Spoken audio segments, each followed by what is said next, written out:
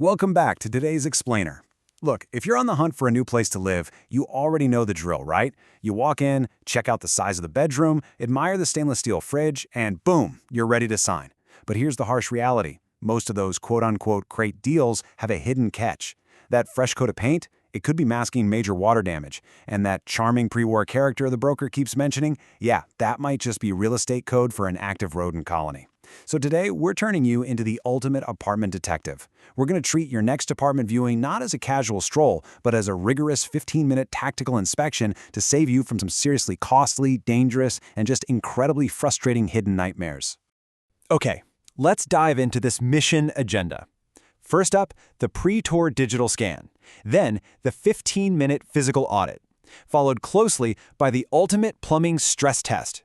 After that, we'll cover spotting pests and illegal setups. And finally, negotiating your renter rights. Section 1. The Pre-Tour Digital Scan. What you need to do before you even visit. You know, the absolute most efficient way to inspect an apartment starts digitally, right from your couch. This quick 5-minute check can literally save you a totally wasted trip. Step 1 is checking the pest history. I mean, nobody wants to tour an active bedbug zone, right? By checking local housing preservation and development sites for Class B or C hazardous violations, you can easily spot open complaints for things like mice, roaches, or bedbugs. Landlords are supposed to provide a bedbug disclosure, sure, but it's always better to know the history before you visit. Step 2, check the Department of Buildings for a legal certificate of occupancy. This is absolutely crucial if you're looking at a basement unit. If the paperwork says storage or boiler room, it is completely illegal to live there. Finally, Step 3, pull up Google Maps Street View. If the ground floor has a bar or a 24-hour deli, you're practically guaranteeing yourself constant noise, heavy foot traffic, and a much, much higher pest risk. Section 2. The 15-minute physical audit. Testing the space. Okay, so it passed the digital scan, and now you're in the unit. Put your phone away for a second. You are about to drop thousands of dollars on rent, which means you have every right to test this space without being rushed by a broker.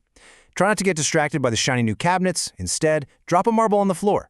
If it aggressively rolls to one side, you're looking at structural settling, not quirky character. Pull out a tape measure to ensure your bed actually fits, and definitely walk to the back bedroom to check your cell service because ground floor units notoriously have zero signal. Next, check the walls. Will your laptop charger actually fit into those ancient two-prong outlets? Go ahead and turn on all the stove burners to make sure they ignite immediately instead of just filling the room with the smell of gas. And finally, close the windows. If you can clearly hear a sidewalk conversation all the way up on the 3rd floor, you're going to be freezing all winter. And while you're in the kitchen, sure, we all know to look for mouse droppings, but take it a step farther. Shine your phone's flashlight under the kitchen sink. If you see steel wool stuffed into the pipe gaps, run. It tells a very clear, very grim story. It means the current tenant is fighting an active, ongoing, and likely losing battle against rodents right now. Section 3. The Ultimate Plumbing Stress Test. Testing the water. Let's be real. Plumbing issues are hands down the most common apartment complaints, and they are incredibly disruptive to your daily routine. A beautiful new bathroom mirror won't mean a thing if your shower feels like a weak garden mister. When we talk about healthy water pressure, 40 to 60 psi is the sweet spot. That translates to a flow rate of about 2 to 2.5 gallons per minute for a standard shower head. Anything below 40 psi is going to feel incredibly weak. But you actually have to beware of the opposite too. Pressure over 80 psi can severely strain aging pipes and fixtures, which will eventually lead to blowouts and leaks. Now, what's really interesting about this is how you test these fixtures. You need to test them exactly how you'll actually use them. Don't just politely turn the faucet halfway, crank it. A healthy bathroom sink should deliver a full, steady stream immediately. If it pulses, spurts air, or fades out, you're looking at sediment buildup or trapped air in the pipes. For the shower, actually put your hand right in the stream. It shouldn't sting like needles, but it definitely shouldn't collapse into a sad trickle either. But the ultimate test? Turn on the bathroom sink and the shower at the exact same time. If one fixture nearly dies when the other kicks on, that plumbing system simply cannot handle basic daily demands. Let's dig even deeper here. Try applying the 45-second rule in the kitchen. Turn on the hot water and just count. If it takes more than 45 seconds to get hot, you'll be wasting massive amounts of water every single morning just waiting. Next, head back to the bathroom and flush the toilet. Watch the bowl closely. Does the water rise dangerously high, or do you hear a gurgling sound? That points to venting issues and a massive clog risk. Also, if you're on the taller side, actually stand inside the tub to ensure the shower head isn't sitting at chest level. Oh, and don't forget to look up. Do you see bubbling paint or fresh patches right above the shower? Yeah, the landlord likely just slapped a quick coat of paint over an active leak instead of actually fixing the pipes. Section 4. Spotting pests and illegal setups. Identifying hazards. Renting an illegal unit isn't just some quirky compromise to save on rent. It puts you at risk of immediate eviction or worse, exposes you to life-threatening fire hazards. And the crazy part is, you can perform a simple eye test for this right from the sidewalk. Understanding the difference between a legal basement and an illegal cellar is absolutely vital. A cellar sits more than 50% below the curb level, and it is always illegal to rent as an apartment. So if you're standing outside on the sidewalk and the apartment windows are just these tiny slits at the very top of the wall near the ceiling, you're likely looking at an illegal cellar. These spaces lack proper egress and are literal death traps if a fire breaks out.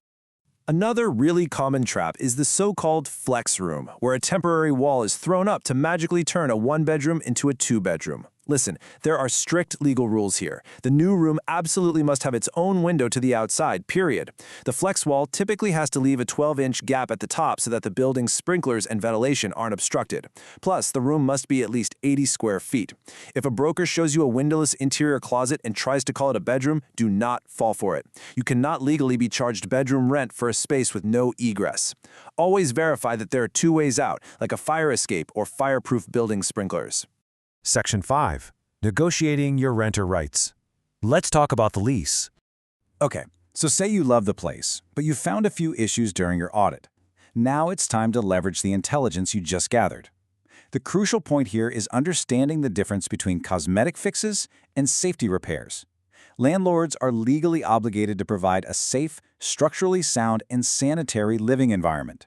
As the saying goes, a stained carpet is an aesthetic request, but a torn carpet is a tripping hazard. The tripping hazard will always prevail because it poses a safety risk, and the landlord has a legal duty to fix it. So always frame your repair requests around health, safety, and preventing future damage to the property. Now, to ensure these repairs actually happen, you absolutely must create a paper trail. If the landlord agrees to paint the peeling walls or fix that dripping faucet before you move in, you need to request a work rider. This is a written addendum to the lease that explicitly details the repairs. Be proactive. Include reasonable completion dates for every single item on that list. You can even negotiate a clause stating that if the repair isn't made by that date, you have the right to purchase the supplies, do the labor yourself, and deduct that exact cost straight from your rent. And please, whatever you do, never accept a verbal, "Oh, we'll fix it after you move in" promise. If it is not locked down in a written work rider addendum, it's a fairy tale. It simply won't happen. So you've checked the digital history, you've stressed the plumbing, you've audited the physical space, and you've locked down the paperwork. Your speed and your preparation are your greatest assets here. So what does this all mean for you? Next time you walk into a great deal, are you going to be ready to confidently sign, or do you finally have the tools to walk away from a hidden nightmare? Keep this 15-minute checklist handy for your next tour, and you will always stay one step ahead. Happy hunting!